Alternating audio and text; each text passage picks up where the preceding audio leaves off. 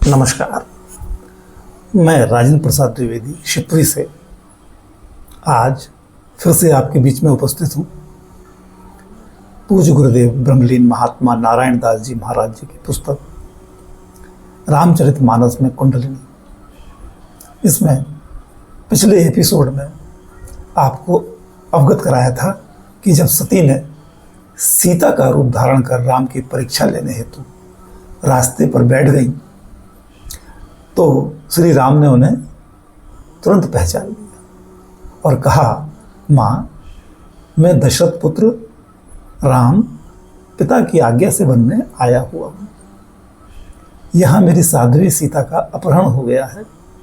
मैं उन्हें खोजता फिर रहा हूँ। आप शंकर जी को छोड़कर यहाँ अकेले कैसी बैठी हुई हैं? तब श्री राम की बात सुनकर सती ने समझ लिया कि शंकर जी का कहना ठीक है। संत तुलसीदास जी के शब्दों में, सती विधात्री इंद्रा देखी अमित अनूप, जही जही बेस अजादि सुर, तही तही तन अनुरूप।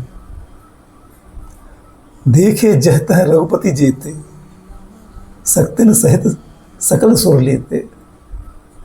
जीव चराचर जो संसारा, देखे सकल अनेक प्रकारा। पूजहि प्रभु ही देव बहुवेशा, राम रूप दूसर नहीं देखा। सोई रघुवर सोई लक्ष्मण सीता, देखी सती अति भई सभीता। हृदय कंप तनु सुधि कछु नाही, नयन मूंदी बैठी मग माही। बहुरी बिलोक्यऊ नयन उघारी, कछु न दीखतः दक्ष कुमारी। पुनि पुनि नाई राम पद सीसा, चली तहां जह रहे गिरीसा।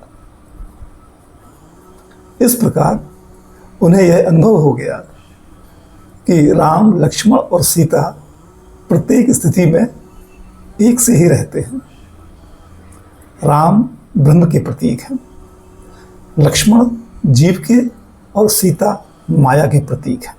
अत्रि ऋषि के आश्रम से जब राम, सीता, लक्ष्मण आगे वन में जा रहे हैं तब संत तुलसी भी अपने भाव को इसी तथ्य की पुष्टि करते हुए व्यक्त करते हैं कि आगे राम अनुज पुनि पाछे, मुनिवर वेश बने अति काछे।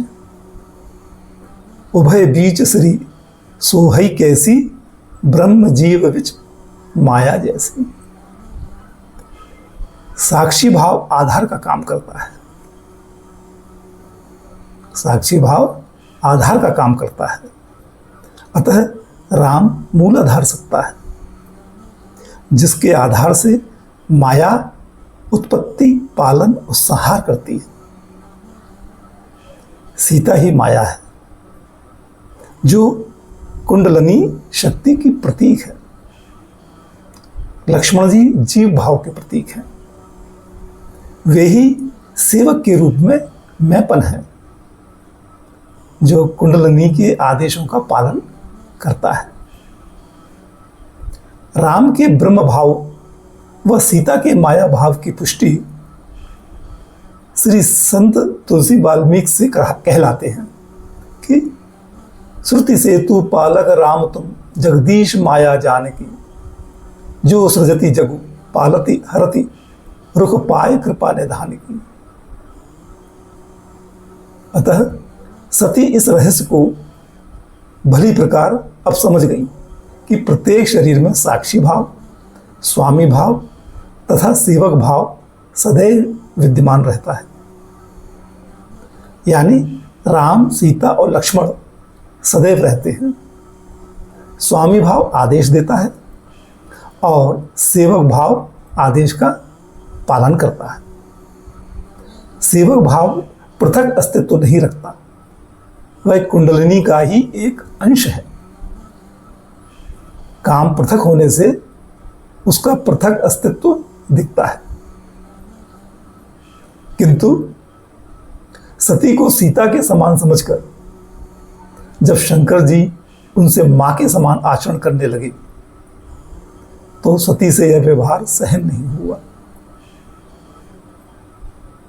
और उन्होंने एन केन प्रकार दक्ष के यज्ञ में शरीर त्याग दिया और उन्होंने हिमांचल की पुत्री के रूप में पुनर्जन्म लिया और शंकर जी से पुनः विवाह कर लिया। इस प्रकार पार्वती जी को शंकर जी की पत्नी बनने का पुनः सौभाग्य प्राप्त हो गया। विचार कीजिए कि सती ने सीता का वेश बनाकर जब राम की परीक्षा ली थी तब ही राम की महिमा का उन्हें ज्ञान हो गया था कि वे सर्वत्र व्याप्त हैं और उनके रूप अपरिवर्तनशील हैं।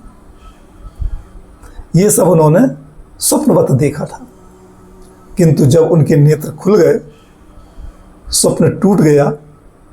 स्वप्न टूटते ही राम सीता लक्ष्मण भी अंतर्ध्यान हो गए और फिर दिखलाई नहीं दिए।